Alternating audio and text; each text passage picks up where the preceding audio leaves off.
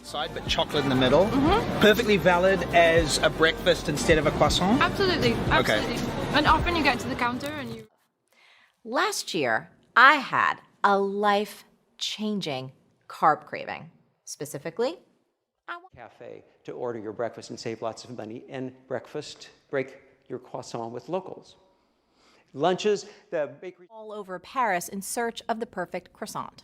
Now, that's not because I want everyone to think I'm perfect. It's because who would want to take a picture? In our company last year, I actually had a croissant craving, and I was walking to a little French bakery, and I walked up and they were closed. That wasn't a croissant. This is a croissant. That beer wasn't beer.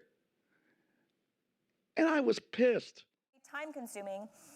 And a lot of what, and we're not going to make a croissant, and we're not going to make a pain au chocolat. Carbs into your body, which can only be delivered by these cakey cookie bread bun rock croissant snack clumps. You suck at cookie.